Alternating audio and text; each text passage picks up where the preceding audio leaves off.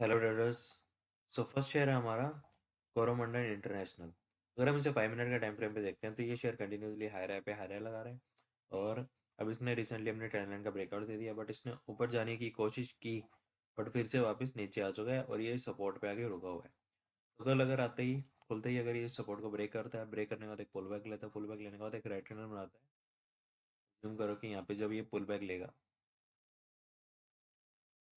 Pull back लेगा तो हम क्या करेंगे, हम वेट करेंगे कि यहाँ आके एक रेड कैंडल बनाए ये।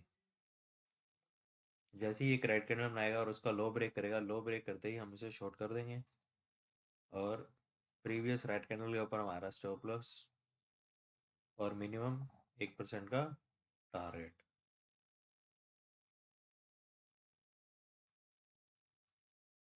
नेक्स्ट शेयर है प्रेजेंट जोन।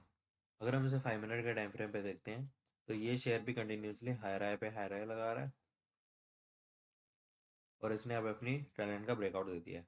और ब्रेकआउट देने के बाद ये इस सपोर्ट पे कंसोलिडेट कर रहा है और लोअर लो लगा रहा है, बट इसने ऊपर जाने की कोशिश की, बट फिर से सेल्स ने दबा दिया।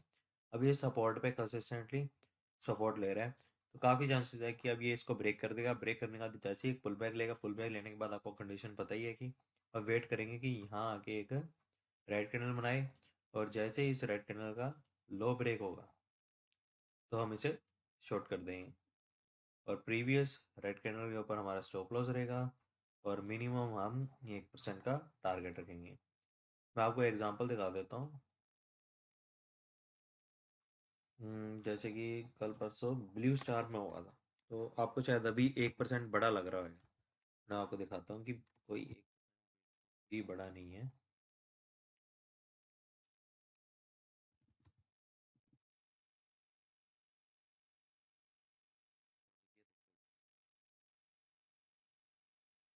शेयर ने अपनी टैलेंट का ब्रेकआउट दिया, यहाँ पे ब्रेकआउट दिया, ऊपर से कंटिन्यूसली लोअर लो पे लोअर लो लगा रहा था, 3 बार ही ऑलरेडी टच कर चुका था। सो मैंने वेट किया कि जैसे ही ये यहाँ पे आया इस टैलेंट के पास, मैंने वेट किया। पहले ये रेड कैंडल बनी, इसका लो ब्रेक हुआ, बट मैंने यहाँ नहीं पोजीशन बनाई। यहाँ इसलिए नहीं बनाई, एक रीज़न ये है कि मैं तब इस स्टॉक को देख ही नहीं रहा था, और दूसरा रीज़न ये है कि रेड कैंडल काफ़ी बड़ी आप देख सकते हो, तो आपका स्टॉप लॉस इतनी बड़ी नहीं है, वैसे काफ़ी छोटी है, आप बना सकते थे बिल्कुल पोजीशन। बट मैंने एक तो ये रीज़न था कि अगर ये कैंडल बड़ी होती, रेड कैंडल बड़ी हो और उसका लो ब्रेक हो, तो हमने पोजीशन नहीं बनानी, हमें हमेशा छोटी रेड कैंडल का वेट करना है। तो जैसे ही ये छोटी रेड कैंडल का लो ब्रेक हुआ, यहाँ मैंने पोजीशन बनाई, इसके ऊपर हमारा स्टॉप लॉस और एज यूजुअल 1% का टारगेट रखा था। आप देख सकते हो कि ये रहा हमारा मैंने 1.25% का टारगेट रखा था, उसकी वीडियो भी मैंने डाल दी है ऑलरेडी। तो आप देख सकते हैं मूव कितना बड़ा आया। हालांकि 1.25% पे कैपिटल बुक हो गई थी, बट फिर भी आप देख सकते हैं मूव कितना बड़ा है। मूव 4.5% का मूव आया, RR रेशो 1:15 हो गया है। सो कभी भी ये नहीं सोचना इस स्ट्रेटेजी को लेके जो मैं आपको बता रहा हूँ, 1% तो हम मिनिमम कैप्चर करते ही करते हैं। यही मेरी सिंपल सा सेटअप है। अगर आप RR रेशो बड़ा रखोगे, हफ्ते में 4 लॉस भी लगेंगे ना, और एक प्रॉफिट, एक अकेला प्रॉफिट चारों लॉसों को खा जाएगा, और उसके अगले दिन जस्ट एक और प्रॉफिट हो गया, तो आप completely profitable.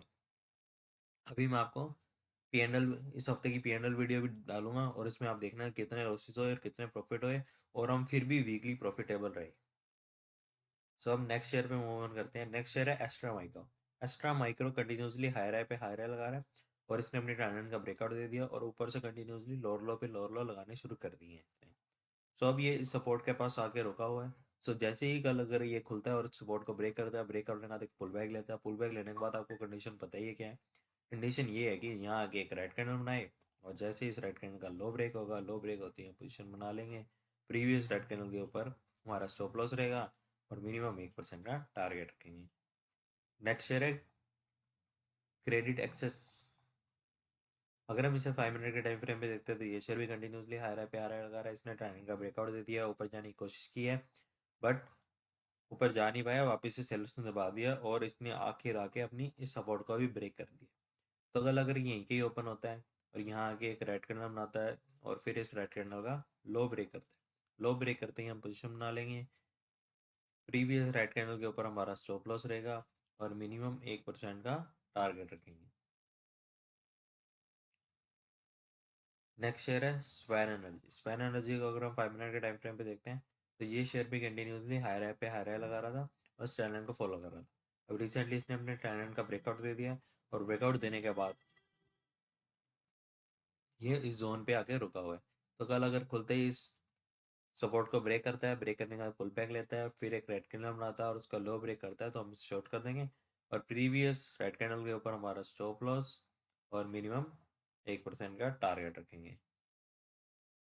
So thank you guys for watching. मिलते हैं नेक्स्ट ट्रेड में।